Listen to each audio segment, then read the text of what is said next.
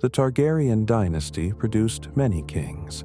Some were weak, some were mad, but only one was so cruel that even his own name became a curse whispered in fear. Maegor Targaryen didn't stumble into monstrosity through madness or incompetence. He chose it, deliberately, methodically, and with a cold precision that turned Westeros into a kingdom of nightmares. This is the story of the king who bathed the Iron Throne in blood. The year was 12 AC. Aegon, the Conqueror's dragons, had barely finished forging the Seven Kingdoms when rebellion erupted in the Iron Islands. The Ironborn, those salt-stained raiders who bent the knee to no one willingly, had risen against their new overlord. Aegon dispatched his wife, Visenya, to crush the uprising. She rode Vhagar, the great she-dragon whose roar shook mountains. The conquest was swift, brutal, and decisive. But something else happened on those blood-soaked islands. Something that would reshape the future of Westeros in ways no one could foresee. Visenya gave birth. The child emerged into a world of screaming steel and burning ships. His first breath was drawn amidst the smoke of dragonfire. His first sounds were the cries of dying men. They named him Maegor. From the very beginning, he was different. Where his older brother Aenys had been a sickly, crying infant, Maegor was robust and silent, unnervingly so. The midwives whispered that the babe barely cried, even when pricked by needles. He simply watched with dark, unblinking eyes. Visenya saw something in that silence, something she recognized. Strength. She had always been the warrior of Aegon's sister wives, the one who wore armor while Rhaenys wore smiles. Now she had a son who could inherit that legacy, a son who wouldn't flinch from what needed to be done. Maegor's education began early. While Aenys studied songs and poetry with the Maesters, Maegor trained with weapons. Real weapons, not wooden practice swords. At an age when most boys played at being knights, Maegor was learning how to kill. The castle's master-at-arms noted the boy's unusual focus. Maegor never complained of exhaustion, never asked to stop. He absorbed every lesson with an intensity that bordered on obsession. But there were other lessons too, darker ones. Visenya took her son to observe the dungeons, to watch as prisoners were questioned. She wanted him to understand that mercy was a luxury kings couldn't always afford, that sometimes cruelty served a purpose. Maegor learned those lessons well, too well. The servants began to notice disturbing things. The boy showed no fear of blood, no discomfort with suffering. Once, when a kitchen cat caught a mouse, Maegor watched with rapt attention as the creature toyed with its prey. When asked about it later, he described the scene with clinical precision, noting how long the mouse survived, how its struggles weakened. He was 7 years old.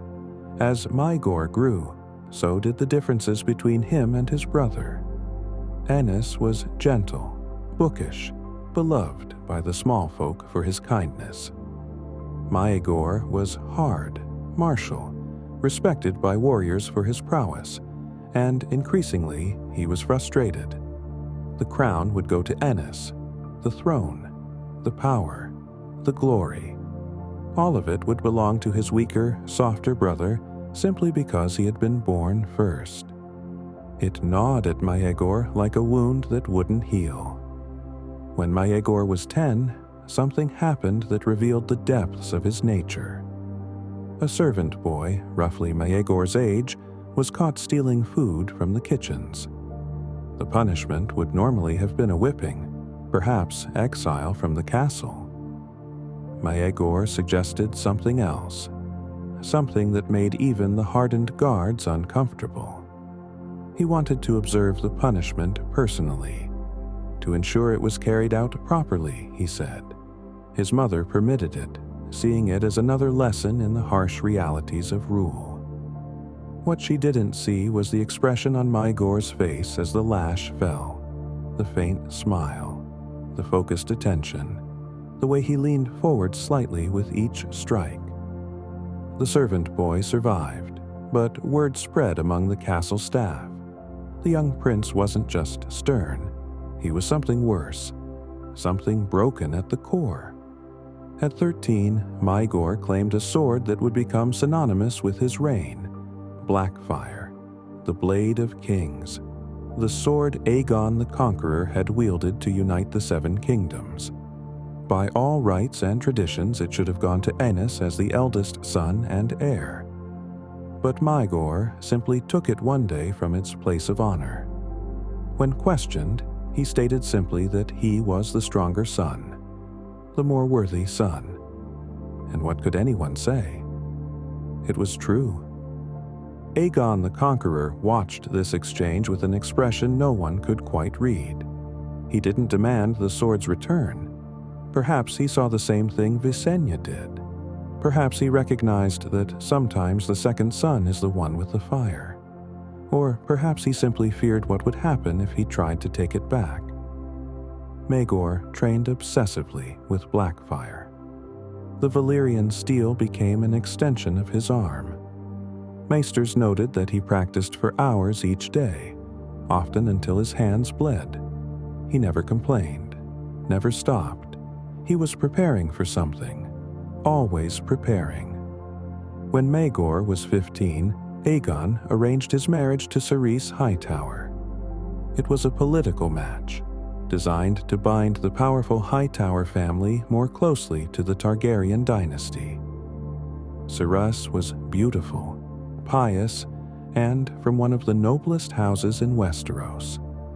The marriage was a disaster from the start, not because of hatred or incompatibility, but because of something far more troubling. Maegor wanted an heir, needed one, with an intensity that bordered on madness. Month after month passed with no pregnancy. Maegor grew increasingly cold toward his wife. He began to view her not as a person, but as a vessel that had failed its purpose, a broken tool. The Maesters whispered that perhaps the problem lay with Maegor himself, that perhaps something in his nature prevented life from taking root. If Maegor heard these whispers, he gave no sign, but those close to him noticed changes. He became more withdrawn, more volatile. The frustration of being the second son was now compounded by the failure to produce offspring. He was a warrior without a war, a prince without purpose, a dragon chained. It made him dangerous. When Aegon the Conqueror died in 37 AC, the realm held its breath. The throne passed to Aenys as expected, the gentle king, the beloved king. Maegor stood at the funeral, his face an unreadable mask. He was 25 years old, at the height of his physical power, hardened by years of martial training, and he was watching his weaker brother take everything that should have been his. Those who knew Maegor well began to worry. They recognized the signs, the coiled tension, the barely contained fury. He was like a sword pressed against a whetstone, growing sharper, hotter, ready to cut. Aenys's reign began with hope. He reduced taxes. He pardoned criminals. He sought to rule with compassion rather than fear. The small folk celebrated. The nobles approved. And Maegor seethed. He watched as his brother's policies bred rebellion, as weakness invited challenge. The faith militant rose, questioning the Targaryen practice of incestuous marriage. Regional lords grew bold. The careful order Aegon had imposed began to crack. Maegor could see it all unraveling, and he knew with absolute certainty what needed to be done. Someone needed to remind Westeros what it meant to fear the dragon. But no wound could predict the depths to which he would sink, the rivers of blood that would flow, the screams that would echo through the halls of the Red Keep for generations. The monster was still gathering his strength, and when he was finally unleashed, Westeros would learn the true meaning of cruelty. But the story was far from over. In fact, the true horror was only beginning. The cracks in Aenys's reign widened with each passing month. What began as whispers of discontent grew into open rebellion. The Faith militant, emboldened by the king's gentleness, declared the Targaryens abominations in the eyes of the Seven. They called for the dissolution of incestuous marriages and the overthrow of the Dragon dynasty. Aenys responded with negotiations, with prayers, with appeals to reason. Maegor watched from the shadows, his contempt growing like a cancer. In 41 AC, the situation reached a breaking point. The Faith's warrior orders, the warriors' sons and the poor fellows, took up arms openly.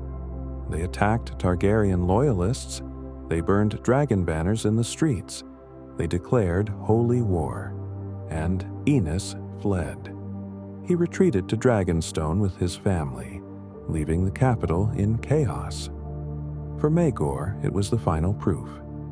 His brother was not simply weak, he was unfit. A king who ran from his enemies didn't deserve the crown. The question was no longer if Maegor would act. It was when. The answer came sooner than anyone expected. In early 42 AC, word reached Dragonstone that made Aenys's situation even more desperate. His son, Prince Aegon, had married his own sister Rhaena in the tradition of House Targaryen. The Faith exploded in righteous fury. They declared both children abominations and called for their execution. Aenys, caught between his faith and his family, did what he always did. He hesitated.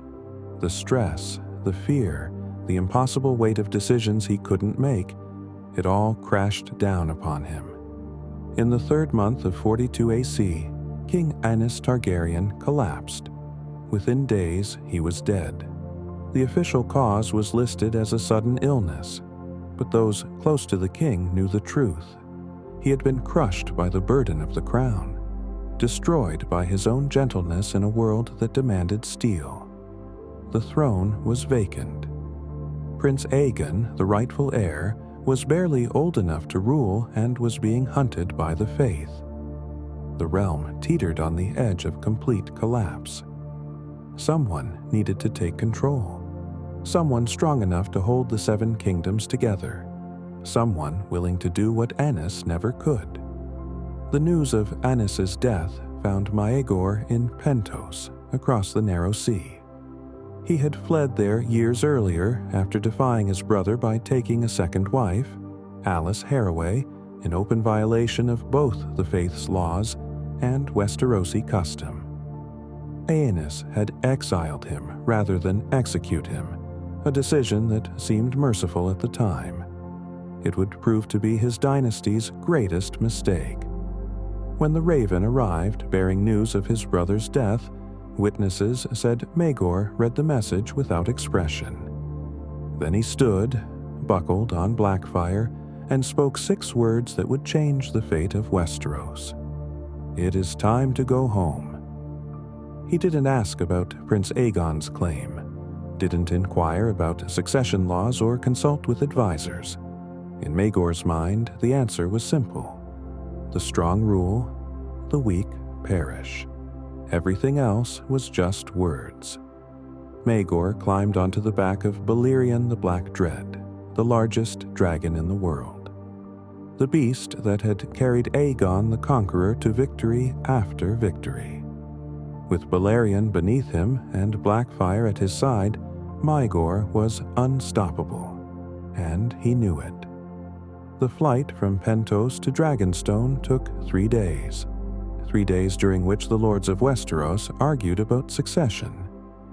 3 days during which Prince Aegon's supporters prepared to crown the boy.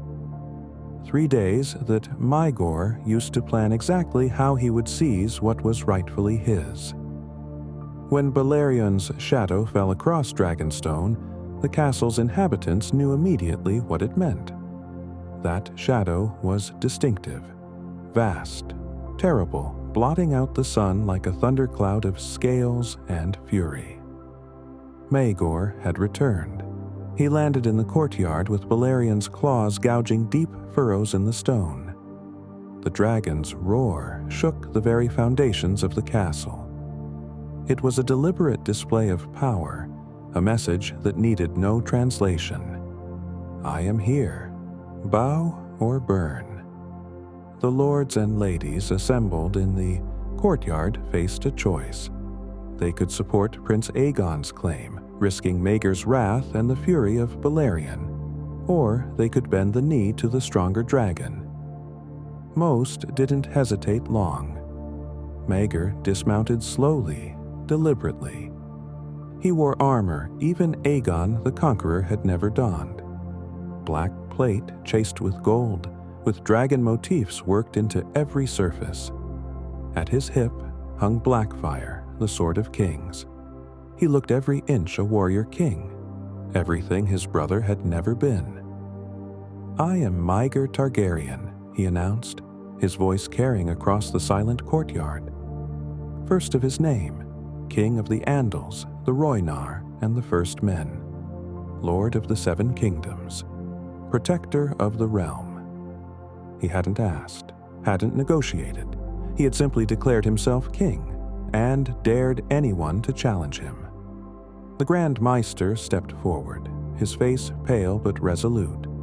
My lord, Prince Aegon is the rightful heir. Maegor's hand moved to Blackfire's hilt. The motion was casual, almost lazy, but the threat was unmistakable. Prince Aegon is a boy, Maegor said. The realm is in flames. The faith has risen in rebellion. Enemies gather at our borders. This is no time for children to play at being king. The law. I am the law. Maegor's voice dropped to something cold and final. I am the fire that forged this kingdom. I am the steel that will hold it together. Anyone who disagrees is welcome to take their grievance to Balerion. The dragon, as if understanding, released a low rumble that vibrated through everyone's bones. No one disagreed. One by one, the lords and knights of Dragonstone knelt. They swore their oaths to King Maegor, first of his name. Some did so eagerly, seeing strength where Enos had shown weakness. Others knelt reluctantly, fear overriding honor. It didn't matter to Maegor. Loyalty born of fear was still loyalty. And fear, he understood, was a far more reliable tool than love. Prince Aegon was not present for this usurpation. He was in hiding, fleeing the faith's assassins with his young wife. When word reached him that his uncle had claimed the throne, sources say he wept. Maegor reportedly laughed when told of his nephew's tears. Let him weep, the new king said. Better he learn now that tears won't save him. Nothing will. With Dragonstone secured, Maegor turned his attention to King's Landing. The capital was in chaos, with the faith militant controlling much of the city. The small council had fled or gone into hiding. The Iron Throne sat empty. It was an insult Maegor intended to correct immediately. He flew to King's Landing on Balerion, arriving without warning or herald. The massive dragon descended on the Red Keep like divine judgment, his shadow darkening the entire castle. People screamed and fled.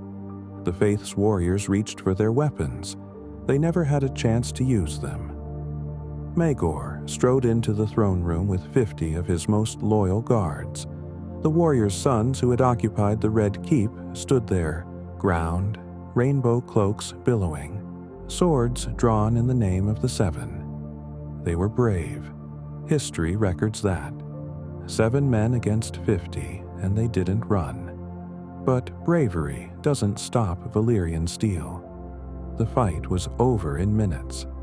Maegor himself cut down 4 of the warriors' sons, Blackfire singing as it carved through armor and flesh. His guards killed the rest.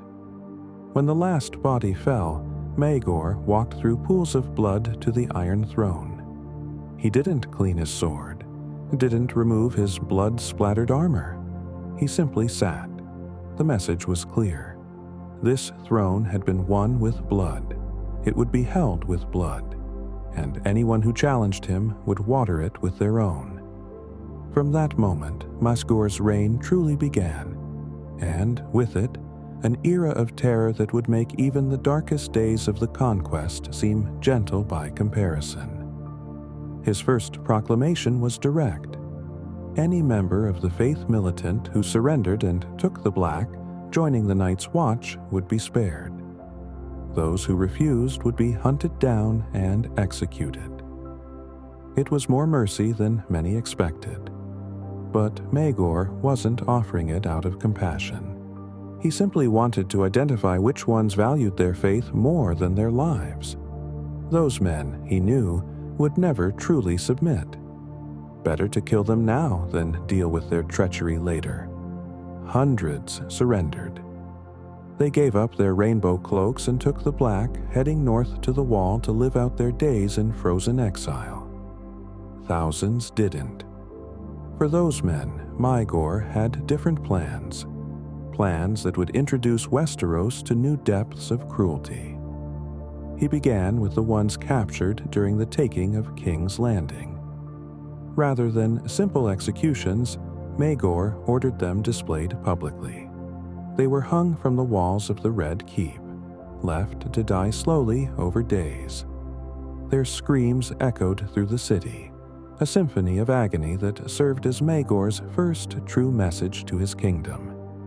Defy me, and death will be a mercy you won't receive. But this was just the beginning. The faith militant had chapters throughout the 7 kingdoms. Thousands of warriors dedicated to the destruction of House Targaryen. Maegor intended to eradicate them all. He divided his forces and sent them to every corner of the realm with simple orders. Find the faith's warriors. Kill them. Make examples of them. His commanders, hardened men all, hesitated. Some of these orders went beyond the normal brutality of war. They were asking soldiers to become executioners, torturers. Maegor's response was characteristically blunt. Do as I command, or I'll find men who will, and then I'll have you hung beside the enemies you failed to kill. The hesitation ended. The purge began in earnest. Maegor's forces swept through the kingdoms like a plague. They dragged poor fellows from their hovels and warriors' sons from their commanderies. The executions were public, brutal, designed to break not just bodies, but spirits. In one town, Maegor's men caught a group of poor fellows hiding in a sept. They barred the doors and set it ablaze. The screams of the dying mingled with prayers to the 7. When the townsfolk protested, horrified by the desecration, Maegor had the town's leaders executed as faith sympathizers.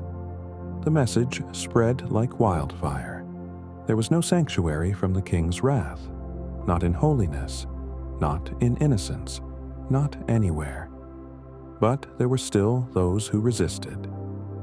The faith militant had been blessed by the High Septon himself. They believed they fought for the gods, that divine protection would shield them from the dragon's fire. They were wrong. Maegor decided to make an example that would shatter that faith forever. He targeted the great sept of Baelor, the faith's holiest site in King's Landing. It was said to be inviolate, protected by the 7 themselves. Maegor rode Balerion directly to the sept. The dragon's claws gripped the ancient stone as Maegor, still mounted, addressed the hundreds of faithful gathered below. "Your gods are silent," he declared, his voice amplified by the sept's acoustics. "Your prayers are empty. "There is no power here except mine." To prove his point, he ordered Balerion to release a gout of flame across the sept's roof. The ancient structure, built to honor the divine, burned. No divine intervention came. No miracle stopped the flames. The faithful watched their holiest site burn and learned a terrible lesson. The gods either couldn't or wouldn't stop Maegor. Either way, they offered no protection. The High Septon, the voice of the faith, called for Maegor's death. He declared the king accursed, his soul condemned to the 7 hells. He called upon all faithful men to rise up and cast down this tyrant. Maegor's response was simple and devastating. He put a bounty on the High Septon's head, a dragon's weight in gold for whoever brought him the man's head. The High Septon was found dead within a week, killed by one of his own guards who decided gold was more valuable than faith. Maegor had the head mounted on a spike above the ruins of the Great Sept. Beneath it, he placed a sign: the wages of defiance. Westeros was learning what it meant to have a king who ruled through absolute terror. But the true depths of Maegor's cruelty were yet to be revealed. The worst was still to come. The Faith militant, despite devastating losses, refused to surrender completely. Scattered bands of warriors continued to resist, hiding in forests, caves, and the homes of sympathetic lords. They launched guerrilla attacks on Targaryen forces, struck at supply lines, and assassinated officials loyal to the crown. For most kings, this would have been a frustrating but manageable problem, a long campaign of attrition, eventually wearing down the resistance. Maegor didn't do attrition. He introduced a new policy that would become infamous throughout Westerosi history. For every Targaryen soldier killed by the Faith militant, 10 prisoners would be executed. Not quickly, not mercifully, publicly, creatively, painfully. His executioners became artists of agony, developing new methods to prolong suffering. The wheel, the rack, the boats, each torture carefully designed to extract the maximum amount of screaming before death finally arrived. Maegor often attended these executions personally. He would sit on a specially constructed throne in the courtyards where the tortures took place, watching with the same focused attention he'd shown as a child observing that kitchen cat. Witnesses reported that he never smiled during these events, never showed pleasure or disgust. He simply watched, occasionally taking notes as if studying the breaking points of human endurance. It was that cold, clinical cruelty that terrified people most. A king who enjoyed torture might be understood, even pitied as a madman.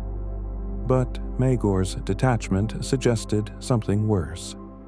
He saw people as mechanisms to be broken, problems to be solved through the application of sufficient pain. The resistance began to crumble, not because their faith wavered, but because no one could watch their brothers, sisters, parents, and children tortured to death for their defiance. The spirit that had driven them to resist was drowned in rivers of innocent blood. But Maegor had another crisis brewing, one that would prove even more damaging to his reign. His wife, Cerys Hightower, had still not given him an heir. 15 years of marriage and her womb remained empty. In Maegor's mind, this was intolerable. He was the king, the dragon. His bloodline needed to continue. The Maesters quietly suggested that perhaps the issue lay with the king himself, that some men, despite their physical prowess, simply couldn't sire children. Maegor rejected this possibility entirely. The fault lay with Cerys. It had to. But there was another woman, Alice Haraway, the second wife he'd taken while in exile. She too had failed to produce children during their years together. 2 wives, both barren. The Maester's whispers grew louder. The pattern was becoming difficult to ignore. Maegor's solution was characteristically brutal and illogical. If 2 wives couldn't give him heirs, he would take more. Eventually, one of them had to succeed. In 44 AC, he married again, Tyanna of the Tower, a woman rumored to be a sorceress from Pentos. She was beautiful, exotic, and supposedly versed in dark arts that could ensure pregnancy. The faith, already at war with Maegor, exploded with fresh outrage. The king now had 3 wives, 3 simultaneous marriages in direct violation of every law and custom of Westeros. Maegor's response was to marry again and again. By 47 AC, he had 6 wives, 6 women bound to a king who viewed them not as partners but as breeding stock. The faith called him the most accursed man in Westeros, a demon wearing a king's crown. Maegor called himself practical, but the heirs still didn't come. Despite 6 wives, despite constant pressure, despite maesters and midwives and allegedly magical potions, Maegor's bloodline remained childless. The whispers became impossible to ignore. The king was cursed. The gods themselves had rendered him sterile as punishment for his sins. Maegor grew increasingly paranoid, increasingly volatile. He began to suspect his wives of infidelity, of taking lovers to spite him. When one wife, Alice Haraway, finally became pregnant, Maegor was initially overjoyed. Finally, an heir, proof of his virility, vindication. But the pregnancy ended in a stillbirth. And not just any stillbirth. The child was malformed, twisted, more monster than human. The Maesters who attended the birth were horrified. Some whispered that it looked like something that should never have existed. Maegor's rage was apocalyptic. He didn't just execute Alice Haraway, he had her entire family arrested. Her father, her brothers, her uncles, cousins, every male Haraway he could find. They were brought to the Red Keep and tortured for confessions of infidelity, of witchcraft, of conspiracy. Under the ministrations of Maegor's torturers, they confessed to everything. Confessed to crimes they couldn't possibly have committed, just to make the pain stop. It didn't matter. Confession or denial, the outcome was predetermined. Maegor had the entire House Haraway executed. Every single one. Men, women, children. It made no difference. The Haraway bloodline was extinguished in a single night of slaughter that shocked even Maegor's hardened supporters. But he wasn't finished. He turned his attention to Alice's supposed lover, the man rumored to have fathered the monstrous child. A handsome young knight who had served in the Red Keep. The knight protested his innocence, swore on the 7 that he had never touched the queen, begged for mercy, for a trial, for anything. Maegor had him gelded, then drawn and quartered. His remains were fed to the dogs. The message was clear. Maegor's wives belonged to him absolutely. Any man who even looked at them too long risked a death beyond imagining. The remaining wives lived in constant terror. They prayed nightly for pregnancy, knowing that their value lay solely in their ability to produce heirs. And they prayed equally hard not to miscarry, knowing what had happened to Alice. They were prisoners in golden cages, bound to a husband who saw them as livestock. It was during this dark period that Maegor began his greatest project, a monument to his power that would outlast his reign and become the seat of Targaryen kings for centuries, the Red Keep. Aegon the Conqueror had begun construction of a royal castle in King's Landing, but it remained unfinished at his death. Aenys had shown little interest in completing it, preferring to travel the realm and live in various castles, Maegor decided the Targaryens needed a fortress worthy of their power. Not just a castle, but an impregnable stronghold that would stand for 10,000 years. He hired the finest architects, engineers, and stonemasons in the known world. Men from Volantis, Korth, the Summer Isles, anyone with knowledge of ancient building techniques. He promised them wealth beyond measure for their service. What he didn't tell them was the price they would ultimately pay. Construction began in 45 AC. Thousands of workers labored day and night, hauling massive stones, carving intricate details, creating a masterpiece of architecture. The Red Keep rose from the bones of Aegon's unfinished work, growing more magnificent with each passing month. Maegor personally oversaw much of the construction. He had specific demands: secret passages, hidden rooms, escape routes that only he would know. The architects protested. Such extensive secret works would require detailed plans, careful documentation. Otherwise, future generations might discover them by accident during renovations. Maegor assured them that wouldn't be a problem. He was very specific about certain features. There were to be tunnels connecting different parts of the castle, allowing someone to move unseen through the entire structure. Listening posts where conversations in key rooms could be overheard. Concealed doors that appeared to be solid walls. The Red Keep, Maegor insisted, needed to have secrets. Needed to be a place where a king could move like a ghost through his own castle, seeing and hearing everything while remaining invisible. The builders created exactly what he demanded, and they did it magnificently. The secret passages were engineering marvels, so well concealed that even those who helped build them had difficulty finding entrances once the walls were finished. The Red Keep took 3 years to complete.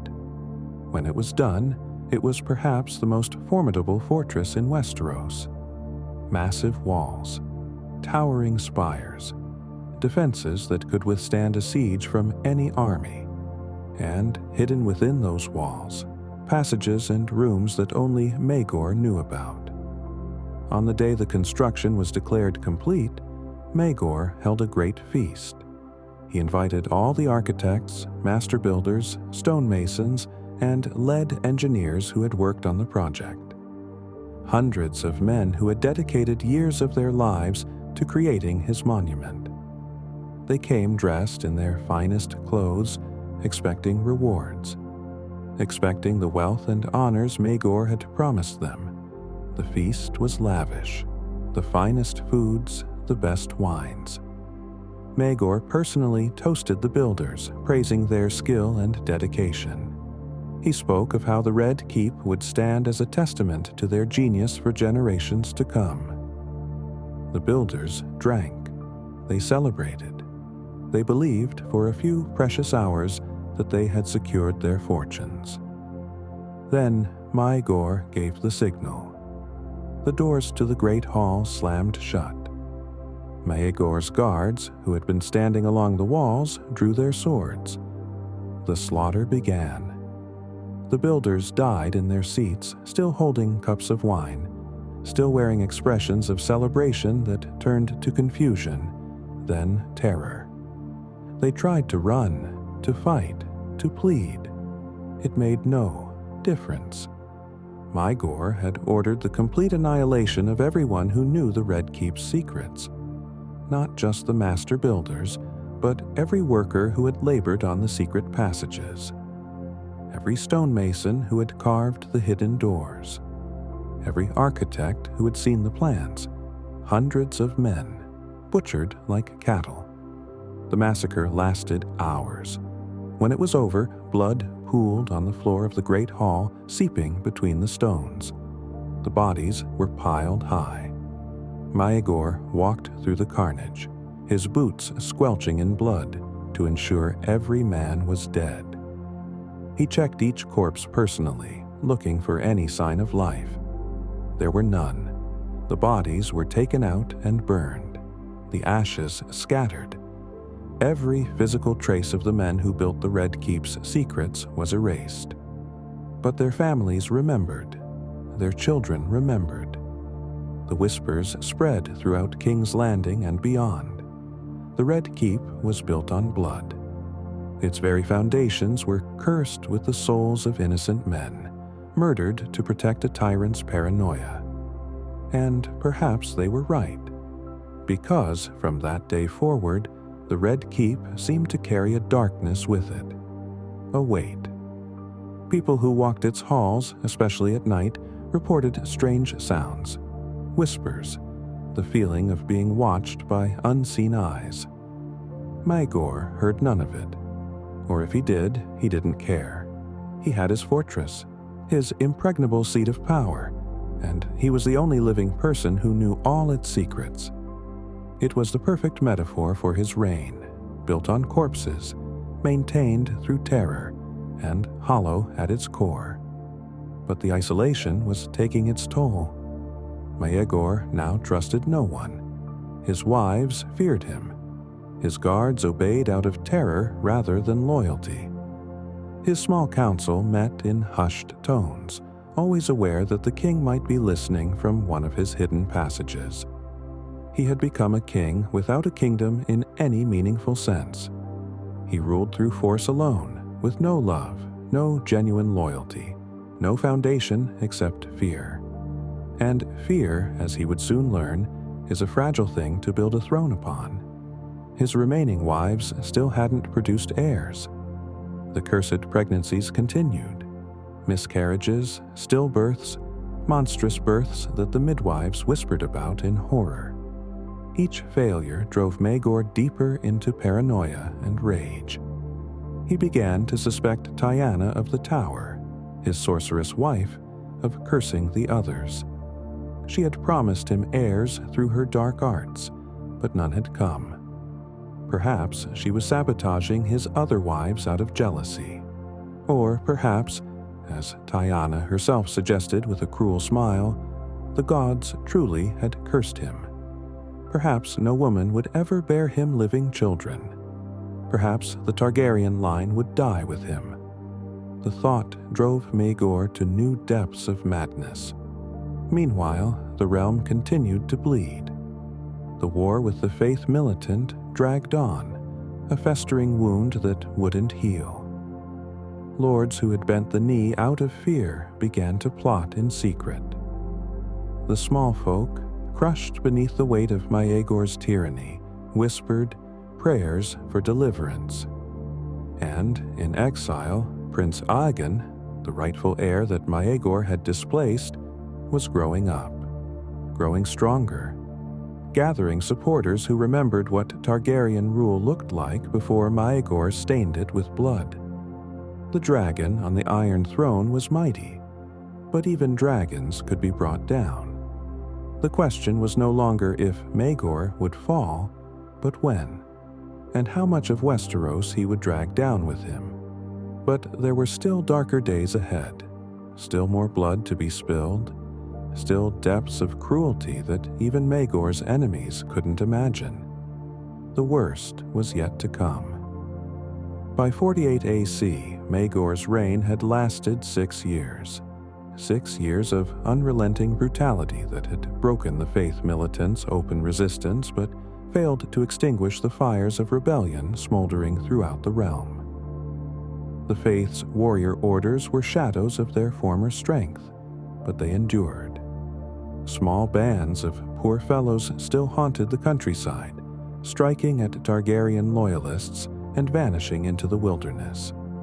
The people, though terrified, had not forgotten their gods. Maegor decided to break them completely, not just militarily, but spiritually. He announced a new campaign. Every sept in the 7 kingdoms would be inspected. Any found harboring Faith Militant warriors would be destroyed. Not just the warriors, the entire sept, the septons, and anyone who had given them sanctuary. The purge was systematic and merciless. Maegor's forces swept through the realm like a scythe through wheat. They found Faith Militant hiding in a sept near Stony Sept and burned the entire structure with everyone inside. Over 200 people died, many of them innocent worshippers who had simply been praying when the soldiers arrived. In the Reach, a Septon refused to allow soldiers to search his sept without a writ from the High Septon, who was, of course, dead, his head still rotting on a spike. The soldiers dragged the Septon outside and hung him from his own sept's bell tower. They left him there for days, his body swaying in the wind as a warning. The message was received. Septs opened their doors without resistance. Septons betrayed warriors they had sheltered. The sacred bonds of sanctuary meant nothing against the terror of Maegor's wrath. But there was one group that refused to bend, one order that still believed the gods would protect them. The warriors' sons had a fortress monastery in the Reach, a place called the Hill of Prayer. It was built on sacred ground, blessed by the first High Septon himself. The warriors' sons believed it was inviolate, protected by divine power. Maegor decided to prove them wrong. He flew to the Hill of Prayer personally, mounted on Balerion. The great dragon descended on the monastery like a thunderbolt from hell. The warriors' sons, brave to the last, formed ranks and prepared to defend their sacred ground. They never stood a chance. Balerion's fire didn't just kill them. It melted stone. It turned the Hill of Prayer into a hill of glass, the rock itself liquefied by dragon flame. The warriors' sons died in their armor, the metal fusing to their flesh as they screamed. When the flames finally subsided, nothing remained but slag and ash. The sacred ground was scorched black, lifeless. Even the grass wouldn't grow there for generations. Maegor circled the ruins once on Balerion, then flew back to King's Landing without a word. The Faith Militant's spirit broke. Not because they feared death, but because they had witnessed irrefutable proof that their gods were either powerless or indifferent. The protections they believed in were illusions. Within months, the remaining warrior orders surrendered. The war that had consumed the realm for years ended not with a battle, but with a whimper. Maegor had won. He had crushed the Faith Militant, broken their resistance, proven that dragon fire burned hotter than faith. But victory brought him no joy, no satisfaction, because the curse that had haunted him since the beginning remained unbroken.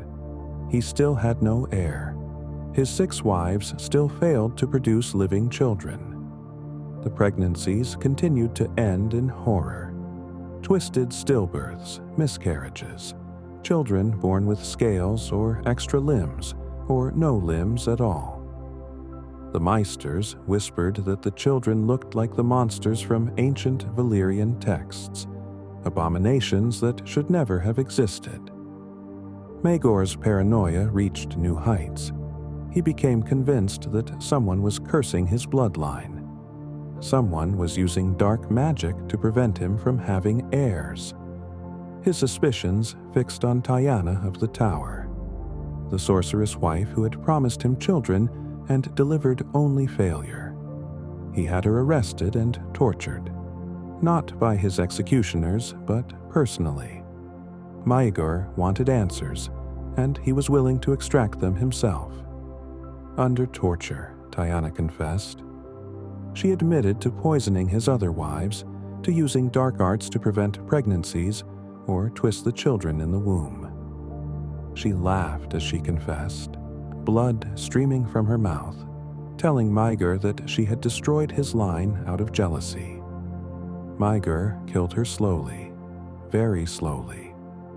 Then he had what remained of her body fed to Balerion. But even with Tyanna dead, the curse persisted. His remaining wives still couldn't give him healthy children. The truth that Maegor refused to accept became undeniable to everyone else. The problem wasn't the wives. It was him. Something in Maegor's blood, some twist in his nature, prevented him from fathering healthy children. Whether it was divine curse, genetic flaw, or consequence of his own cruelty, the result was the same. The Targaryen line would not continue through him. The realization hit Maegor like a physical blow. Everything he had done, the murders, the torture, the destruction, had been to secure his bloodline, to prove himself worthy of the throne through strength. And it was all for nothing. His paranoia transformed into something worse, nihilistic rage. If he couldn't build a dynasty, then what was the point of any of it? The throne, the power, the crown, they were all hollow without heirs to pass them to. Maegor began to drink heavily. He spent hours alone in the Red Keep, walking its secret passages, listening to conversations, spying on his own court. He trusted no one, believed in nothing. His isolation became absolute. Meanwhile, the realm's patience was exhausted. Lords who had bent the knee out of fear now plotted openly. They had given Maegor 6 years to prove himself, and all he had shown them was cruelty without purpose. The question whispered in every castle was the same. How long until someone removed the Mad King? That someone emerged from an unexpected quarter. Prince Jaehaerys, son of the late King Ennis, had been in hiding since Maegor's usurpation. But he was no longer a child. At 14, he was old enough to ride a dragon, Vermithor, a beast nearly as large as Balerion. And he had something Maegor lacked: the support of the people. Jaehaerys didn't need to wage war. He simply flew to various castles throughout the realm and presented himself as the alternative, the rightful king, the grandson of Aegon the Conqueror. A boy, yes, but a boy who promised peace instead of terror. Lords flocked to his banner, not out of love necessarily, but out of desperate desire for anyone who wasn't Maegor. The defections began as a trickle, then became a flood. Maegor watched his support evaporate like morning mist. Men he had trusted, or at least thought he had cowed sufficiently, declared for Jaehaerys. Even his own Kingsguard began to waver. These were supposed to be his most loyal warriors, sworn to die for him. But they too had seen enough blood, too much cruelty. When one of his Kingsguard brothers, Sir Oliver Bracken, defected to Jaehaerys, Maegor had the remaining Kingsguard tortured to ensure their loyalty. He wanted confessions of any wavering allegiance, any secret sympathies for the usurper prince. They confessed to nothing. But the fact that he felt the need to torture his own sworn shields spoke volumes about how far he had fallen. Maegor was a king abandoned. His wives feared him. His guards obeyed mechanically. His lords plotted against him. He sat on the Iron Throne alone, a tyrant with an empire crumbling beneath him. And then, on a morning in 48 AC, everything ended. A servant discovered Maegor in the throne room, slumped on the Iron Throne. At first, they thought he was simply sitting in judgment early, as he sometimes did. But as they drew closer, they saw the blood. The Iron Throne's blades had cut him, multiple wounds across his arms, but the fatal injuries were to his wrists, deep, deliberate cuts that had severed the major vessels. Maegor the Cruel, the king who had bathed Westeros in blood, had bled out on the very throne he had murdered to claim. The official account listed it as suicide. A broken king, seeing his reign collapse, choosing death over defeat. Some chroniclers even painted it as a final act of honor, removing himself rather than subjecting the realm to further civil war. But there were problems with that narrative, inconsistencies that whispered of something darker. The cuts on Maegor's wrists were clean, precise. Not the ragged slashes of a desperate suicide. They looked almost surgical, as if made by someone with steady hands and sharp steel. And there were other wounds, defensive wounds on his forearms, as if he had raised his hands to ward off an attack. Then there was the matter of the throne room itself. The doors had been barred from the inside. No one should have been able to enter or leave without the guards noticing. Unless someone had used the secret passages, the hidden routes that only Maegor knew about. Except Maegor had killed everyone who helped build them, hadn't he? The truth of Maegor's death would be debated for centuries. Was it suicide? Murder? Some combination of both? Some believed his own Kingsguard had done it, finally pushed beyond endurance. They would have known ways to access the throne room unseen, would have had the skill to make precise cuts. Others whispered that it was Tyanna's ghost, returned from death to exact revenge, that her dark magic had reached beyond the grave to claim him. A few suggested that the throne itself had killed him, that the Iron Throne, forged in dragonfire and quenched in blood, had finally tired of Maegor's tyranny and taken his life through its 1,000 blades. The most pragmatic historians simply noted that many people had reason to want Maegor dead. In the chaos of his collapsing reign, any number of assassins could have struck, but perhaps the most fitting theory was the simplest. Maegor, facing the complete failure of everything he had fought for, had indeed chosen death, but not out of honor, out of spite. Unable to build a dynasty, he instead destroyed himself in the most dramatic way possible, turned his death into a final message written in blood on the throne he had stolen. Even in dying, Maegor the Cruel made sure everyone would remember him. His body was burned, as was Targaryen custom. There was no great funeral, no mourning period. The realm breathed a collective sigh of relief. Jaehaerys took the throne without opposition. At 14, he became King Jaehaerys Targaryen, and would go on to be remembered as one of the greatest kings in Westerosi history. His first act was to make peace with the faith. He dissolved what remained of the faith militant in exchange for the faith's blessing of his reign. It was everything Aenys had wanted to do but lacked the strength to accomplish. His second act was to pardon nearly everyone who had served Maegor. The realm needed healing, not more bloodshed. But some of Maegor's changes endured. The Red Keep stood as a monument to his paranoia, its secret passages still hidden within the walls. No one knew exactly where they all were. The builders who could have revealed them were long dead. Future kings would discover passages by accident.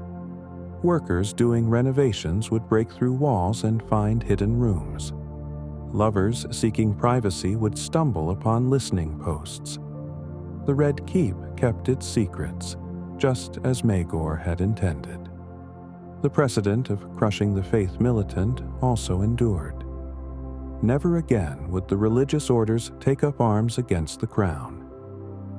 Maegor's brutal suppression had permanently shifted the balance of power between faith and crown, and the Iron Throne itself seemed changed. Kings who sat upon it after Maegor reported cutting themselves more frequently on its blades. Some said the throne had developed a taste for royal blood. Others claimed it was testing each new king, seeing if they had the strength to hold it. Whatever the truth, the throne seemed more dangerous after Maegor, more temperamental, more alive. But Maegor's truest legacy was the shadow he cast over House Targaryen. He proved that power without purpose was destruction, that strength without wisdom was tyranny. that fear alone could never build anything lasting. Every Targaryen king who came after had to grapple with Maegor's ghost. They had to prove they weren't like him, that they could be strong without being cruel, decisive without being monstrous. Some succeeded, many failed, and in their failures, they often invoked Maegor's memory. Better a cruel king than a weak one, some would say, trying to justify their own atrocities. Maegor may have been a monster, but he held the realm together. They were wrong, of course. Maegor hadn't held anything together. He had crushed opposition through terror, creating a silence that resembled peace only to those who didn't listen closely to the screaming. His 6-year reign was a masterclass in how not to rule, how fear without love breeds only resentment, how cruelty without a purpose breeds only chaos, how a king without heirs builds nothing but his own tomb.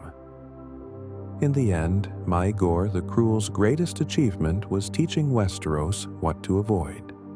He was the cautionary tale, the dark mirror, the king who showed exactly how far power could corrupt when divorced from mercy, wisdom, and basic humanity. His name became a curse.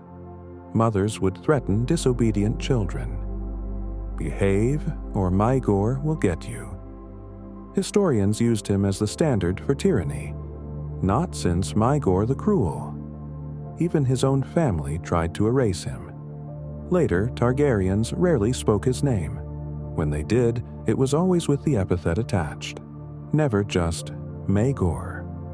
Always Maegor the Cruel. As if the title could contain him, as if naming the evil could somehow neutralize it. But the truth was simpler and more terrifying. Maegor wasn't an aberration. He wasn't some unique monster spawned by dark magic or divine curse. He was what happened when power met cruelty in a man with no capacity for compassion, when strength was valued above all else, when the only measure of a king was his ability to inflict his will on others. He was, in many ways, the logical conclusion of certain beliefs about rulership, the ultimate expression of might makes right. And that's why his legacy endured. Because the temptation he represented, the belief that problems could be solved through sufficient application of force, never truly disappeared. Every generation produced men who looked at Maegor and saw not a cautionary tale but an instruction manual. Men who believed that if they were just cruel enough, just strong enough, just willing enough to do what others wouldn't, they could achieve what he couldn't. They were always wrong, because Maegor's ultimate failure wasn't tactical or strategic. It was fundamental. He had confused fear with respect, submission with loyalty, silence with peace. He died alone on a throne of swords, his bloodline extinct, his name a curse, his only monument a castle built on murdered men's bones. That was Maegor's true legacy, a lesson written in blood across the pages of history. Power without purpose is just destruction. Strength without wisdom is just tyranny. And cruelty, no matter how calculated, is still just cruelty. In the end, the Iron Throne claimed Maegor the Cruel just as he had claimed it, violently, bloodily, and without mercy. Perhaps that was fitting. Perhaps that was justice. Or perhaps it was simply the inevitable result of a life lived in service to nothing but power. Westeros would never forget Maegor. How could it? His reign had left scars too deep, wounds too terrible.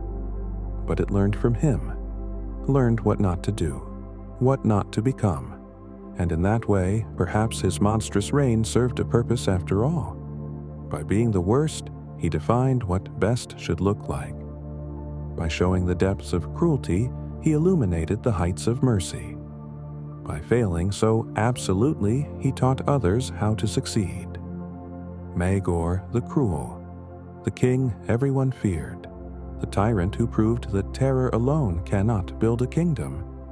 His throne sits empty now, waiting for the next king to test themselves against its blades. Let us hope they learned Maegor's lesson. Some thrones demand blood, but the wise king knows when to give it and when to spare it. Maegor never learned that wisdom, and it cost him everything.